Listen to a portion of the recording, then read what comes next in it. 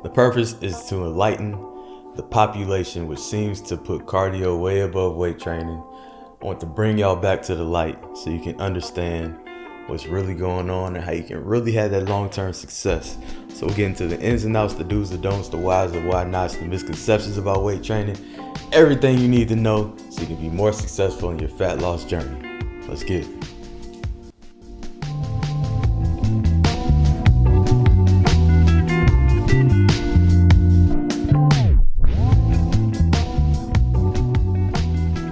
I've noticed over the years that weight training has started to gain a little bit of traction. It's not quite up to where it should be, but that's a positive. It seems that a lot of people are afraid of lifting, or they're caught up in the misconceptions, which we'll get into later. But common practices for losing weight: people drop their calories way low and start doing mad cardio. Cardio. They start to run, they start to walk, they hit the treadmill, they hit the cycle, do everything they can to improve their oxygen intake. All this aerobic training that's building up the heart, but they don't do much for the muscle. Now, aerobic training, all it means is to use oxidation to turn over ATP for energy. We're constantly turning it over all the time, no matter what you're doing. If you were to stop doing so, then the cells would die, and ultimately you would die. Cardio falls into two popular categories. That is low intensity, steady state cardio and high intensity interval training, HIIT. Steady state cardio is repetitive motions completed mostly by your slow twitch muscle fibers. So that could be walking, it could be distance running, it could be cycling, it could be riding your bike outside, it could be you on a Stairmaster, it could be you on a rower going at a steady, semi-relaxed pace where your heart rate's not getting too high, it's not getting you all amped up, it's nice and cool. That's steady state cardio. Now HIIT, that's short to medium length, high intensity explosive movements. Gonna get your heart rate way up, you're gonna go back down. You're gonna toggle back and forth between working periods and rest periods for the duration of your workout. HIIT relies mostly on creatine phosphate and glycogen to convert ATP for energy, depending on your intervals. Now, this involves movements like sprints. It could be playing basketball. It could be box jumps, jump overs. It can even involve weights like CrossFit. That's mostly high intensity training. We all know somebody that has lost a lot of weight only for it to return. I'm not going to missell and say that weight training will prevent this from ever happening, but it'll make it a hell of a lot harder. Now, there are a lot of misconceptions about weight training, and we'll get into those. But next, we're going to talk about what's actually responsible for you losing fat. Because exercise is a part, but it's not the main dish.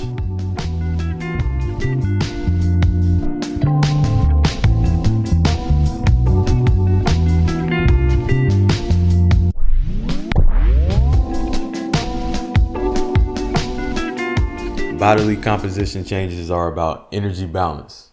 Your calorie consumption is calories in versus calories out. Want to lose weight? That's a calorie deficit that you have to implement. So you're going to consume less calories than you burn. Want to gain weight? That's a calorie surplus. So you need an excess amount of calories, consuming more calories than you burn. Want to maintain? Want to even it across the board. So exercise is going to help you burn extra calories, but the most important part of this whole shindig is nutrition. So it's how you count calories. Get into it. It's easier than you think. Trust me, I've been doing it for a long time. Don't think much about it. It just happens. So exercise burns extra calories. It also reshapes your body. So depending on the kind of exercising you do, that's how you're going to turn out after you chisel yourself on down, dropping the body fat. Now, like I said, and I'm going to say it again, and I'm going to say it again, and I'm going to say it again. Do both. But weight training is more important than cardio. Cardio is still important, though, so we're going to get into the benefits of cardio. And that is up next. Cardio is great for heart health. It's going to reduce your resting heart rate. It's going to lower your blood pressure. It's going to relax you. It's a stress reliever. It's going to help you breathe more deeply as it increases your lung capacity. It's going to give you better pumps because it's increasing your blood flow. May even raise the number of capillaries you have and increase your vascularity. So cardio is important. It's even important for stamina when you're lifting weights. You got better heart health. You can go harder when you're lifting. And that is getting more oxygen and nutrients to your muscles, which is keeping you going. So you got to have your heart in good condition if you want to lift to the best of your ability. You will burn more calories per minute with low intensity, steady state cardio while exercising than typical resistance training. It is also easier on your joints than high intensity interval training, and it's easier on your central nervous system than all of the above. The downside of low intensity steady state cardio is you're not boosting your metabolism for the most part. You are not building lean body mass. It's like you're winning a scratch off and you get the money right then and there compared to getting recurring payments. Because you're not increasing lean body mass and you're only doing cardio, all you're doing is losing. You're losing fat, but you're also losing muscle if you're not challenging your muscles with resistance training. So it's all going away because it's use it or lose it. If you're not convincing your body you need to maintain this muscle, your body's just going to get rid of it. With low intensity cardio, you have to consistently up the ante to get the same results. As your conditioning improves, you got to go a little bit harder just to reach the same target heart rate. An example is, let's say you're running on a treadmill and you hit your target at about 6.0. Steadily. It's like clockwork. Every time you get on, you go 6.0, your heart rate gets in the range you want. Well, your condition is going to get better the more you do this. And you're going to have to go to 6.1, and then 6.2, and then 6.3. You're going to have to continually go up just to hit that same target heart rate and get the same results you're getting in the beginning, because your body has become more efficient and has adapted to the demands you've placed upon it.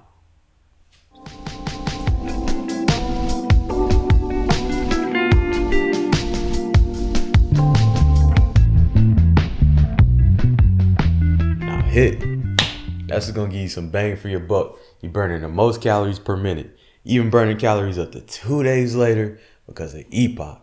That's the excess post-exercise oxygen consumption. I do my HIIT sessions for about 20 minutes per because it's great for athleticism. And athleticism is important if you want to be able-bodied. It improves lung capacity. It's exciting. You get to test your creativity. Get to throw in these combinations of exercises like a burpee into a broad jump, into a side jump, into a reverse broad jump. All kind of combinations you could put together. Just the only limit is your imagination. These HIIT sessions can be super fun. It's anaerobic training, which means oxygen is not your main energy system when you're doing HIIT. You're using more glycogen and more creatine phosphate to turn over ATP to keep you going. It's also going to allow you to build a little muscle. You're using your type 2 muscle fibers to a higher extent when you're doing explosive movements. So there is some muscle building qualities to it. However, there's a limit.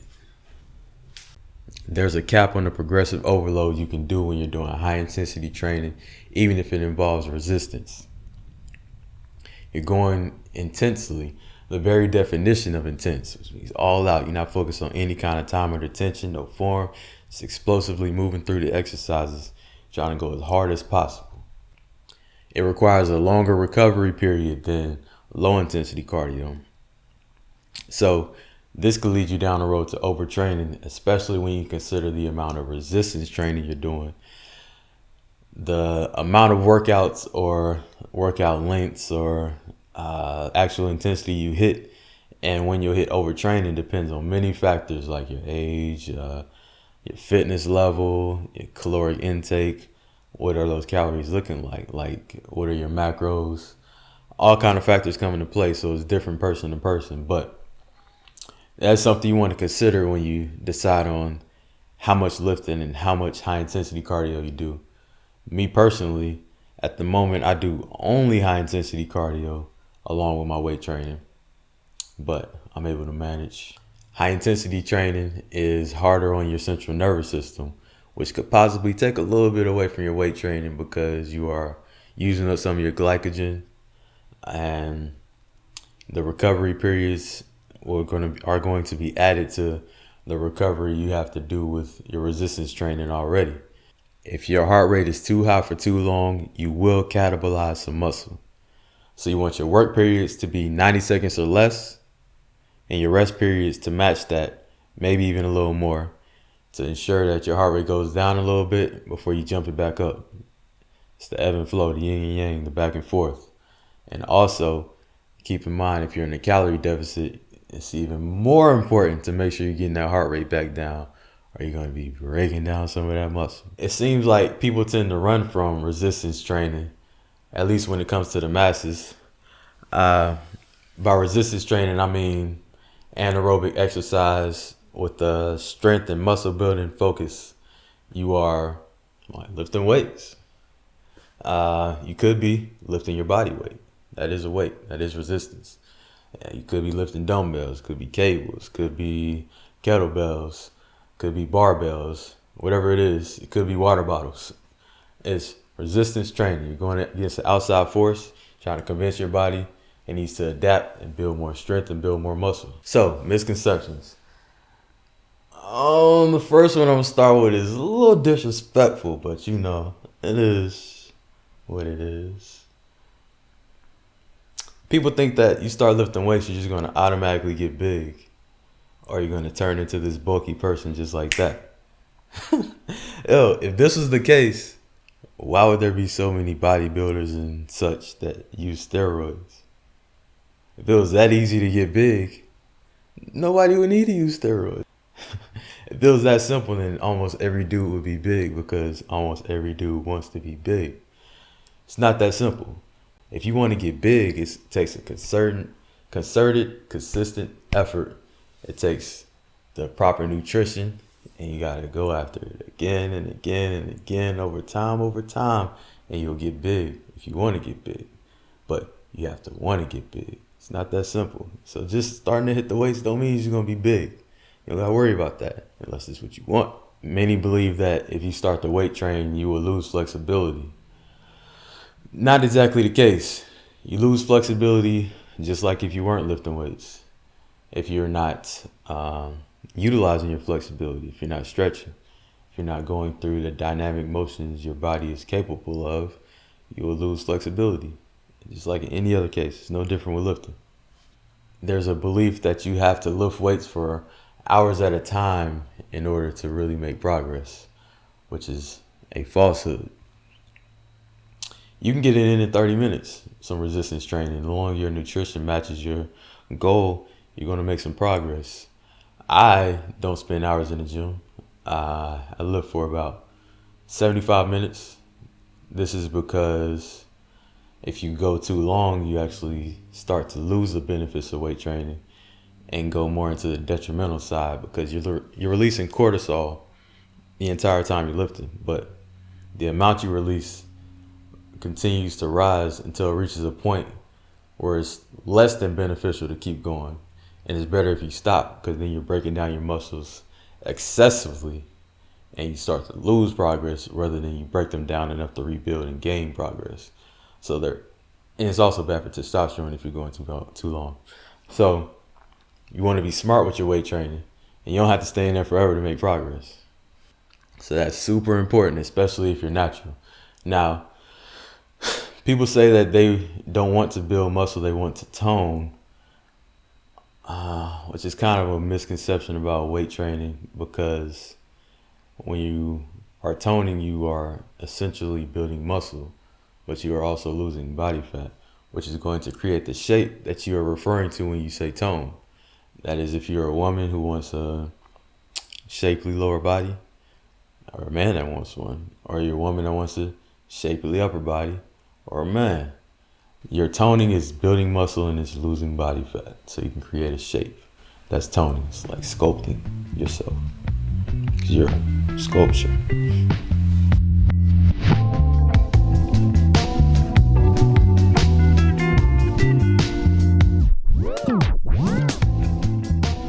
notice, this is not a bash cardio session because I love cardio. This is a why weight training is more important than cardio if you had to decide between the two, but do both. So, want to lose fat, it's about a calorie deficit, right? So you want to eat less calories than you burn. But you can only lower your calories so much nutritionally. Then you have to add in the exercise. But you can only do so much cardio. It's only so much time in a day. Eventually you have to raise the floor while you drop the ceiling. Raising the floor is boosting your metabolism, which is what weight training does. It's going to raise your metabolism because maintaining muscle, your body doesn't even want to do it. It burns so many calories just to have muscle that you have to convince your body to put on muscle. You got to lift weights. You got to hey, this is going to be something that you have to deal with for the foreseeable future. You got to talk your body into doing it by consistently lifting. This is the life I live. So for me to live this life more comfortably, I need you to pack on some muscle so I can do this. And then your body does it. But to keep that muscle, it takes energy from your body. It has to use up the nutrients you consume just to maintain that muscle, which is raising your metabolism. So you're burning more calories just by having the muscle, no matter what you're doing, eating, sleeping, using the latrine, laying on the couch, burning more calories when you have more muscle. This is going to create your shape. What's the body you have in mind? Is it broad shoulders? Do you want to lose some shoulder fat and build some muscle so that your shoulders pop out, you look a little wider?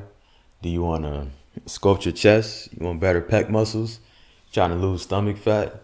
You want your abs to look nice? You reveal your abs in the kitchen by the calories you're taking in so you can see what you got. But to develop the abs, you got to work the ab muscles. You want to develop the chest, you got to work the chest muscles and lose the fat to see what you got. So the way you train is the way you'll be shaped once you strip all the fat off. So the weight training is going to create your shape. Not really the cardio. The cardio is just going to help you get to what shape you have underneath. Better insulin sensitivity. You'll more easily handle the glucose you take in from your little cheat meals. You'll use more of it for good. Your body won't react the same way and lead you down the road to type 2 diabetes as easily if you're including weight training in your life protocol. Enhanced bone density. That's less fractures. That's stronger bones. You get that from weight training. That's important at any point in life, but especially as you start to age. It's good for heart health too, as long as you're sticking to your rest periods, not relaxing too long between sets, just twiddling your thumbs sitting on the bench. However, you will get sore, especially in the beginning and throughout, but the intensity of your soreness is the most in the beginning of your weight training journey. But it's called delayed onset muscle soreness. It happens later that day, sometime days later, but it's okay. Keep pushing through, and eventually you'll start to digress a little bit. It won't be as severe, and you'll be just fine. It's part of the game. You need both. It's a balance. A happy marriage. You need cardio for its benefits. You need resistance training for its benefits. Although some benefits overlap, neither is all-encompassing. So you can only do so much resistance training before your central nervous system crashes. That's where cardio comes in to help you burn some of those extra calories, especially low-intensity cardio. And you need resistance training so you're burning more calories at rest when you're recovering from your sessions, as well as just from maintaining the muscle you've built from those sessions.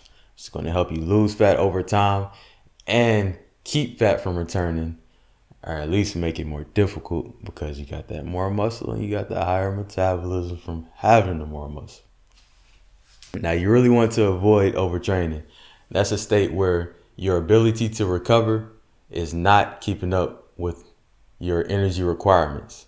So your central nervous system crashes and you start to get the shakes, you're lethargic, you are bitter, bad moods, you start to stress, your blood pressure rises, you have irregular heart rate, feel these little pringlies, like little knives poking you in your skin. It's not a fun time, so you want to avoid that. And the balance between low intensity cardio and resistance training, or at least balancing your high intensity cardio with resistance training, is important for this in particular, more than almost anything else, because you want to burn those extra calories, but you don't want to hit overtraining. Don't sleep on cardio for building your stamina. And I mean this for weight training. Even if you're bulking, you want to keep your stamina up, because otherwise you're going to be in the gym and you can't keep up. Your weightlifting suffers when you don't have the cardiovascular condition to push through your sessions, and your rest periods have to go longer than they should, which means you're in the gym longer than you would like to be to complete your workload. And not good, pal, not good. I reiterate again, weight training creates shape. You're not going to create shape with only cardio, unless the shape you desire is to be slim without much muscle tone. Then you can just hit the cardio and avoid the weights. But when you lose that weight and get down there, it's going to be more easy for your body to reaccumulate that fat if you were to slow down even just a bit. So be aware of that. It's weight training all day. Every time I pick weight training if I had to choose between the two. But do both. How to include both is case by case. You need help with your programming, want to become a client, then get my program, Able to Coach, and then we'll start working together. We'll collaborate on your desires, your do's and don'ts, your wills and will nots, and put together something that'll make you successful. Now, a decent skeleton is, if you're really a beginner, resistance training for 2 to 3 times a week is a pretty good start. Intermediate, I would say 3 to 5 times a week. And if you're pretty advanced, then anywhere between 5 and 10 times a week. Now that would include some two-a-days with your lifts. So really be aware of ensuring you give targeted muscle groups the time to recover. But anywhere in there between 2 and 10 is a good amount of resistance training to start making some progress. But the more progress you want to make over time, you have to increase those sessions. You don't absolutely have to hit the two-a-days. That's more of a maximum limit. But keep in mind, they can be in your back pocket. Also, cardio, you want to go between, I would say, 1 and 6 sessions a week. Never go below 1. Always keep 1 in the pocket just for stamina benefits, if nothing else. But that's good range. 2 to 10 lifts, 1 to 6 cardio per week. So how you apply your workout schedule, make sure you're considering all factors like your fitness level as well as your happiness, because your happiness is attached to your compliance and how consistent you'll be. So you don't want to overdo it and then you burn out and you don't want to do it anymore. So find that balance to reach your goals, even if it takes a little longer because you're doing it a little less, because that's important. But unless your happiness is inherently attached to the fitness, like it brings you so much joy like me, because I love it, then just go at it how you go at it. So it's about that time. I appreciate you making it this far. Hopefully I gave you some insight to help you improve your decision making. Maybe I convinced some people to include some weight training, at least a little bit, at least twice a week, just a little bit. But remember, they're both important. Do both. Cardio is going to help you improve your stamina, increase your blood flow, better pumps when you're lifting. So you still want to do cardio even if you're just a weight trainer. Weight training is important to boost your metabolism over time. You're going to burn more calories at rest, even when you're not exercising when you weight train, because you got to recover. But not only that, you got to maintain the muscle. Do both. Follow me on my socials at Eugene Fit. Check out my website, eugenefit.com. See your daily tips. Get you a program. Hit the search bar. You can type in any tip if you want to learn more about a topic.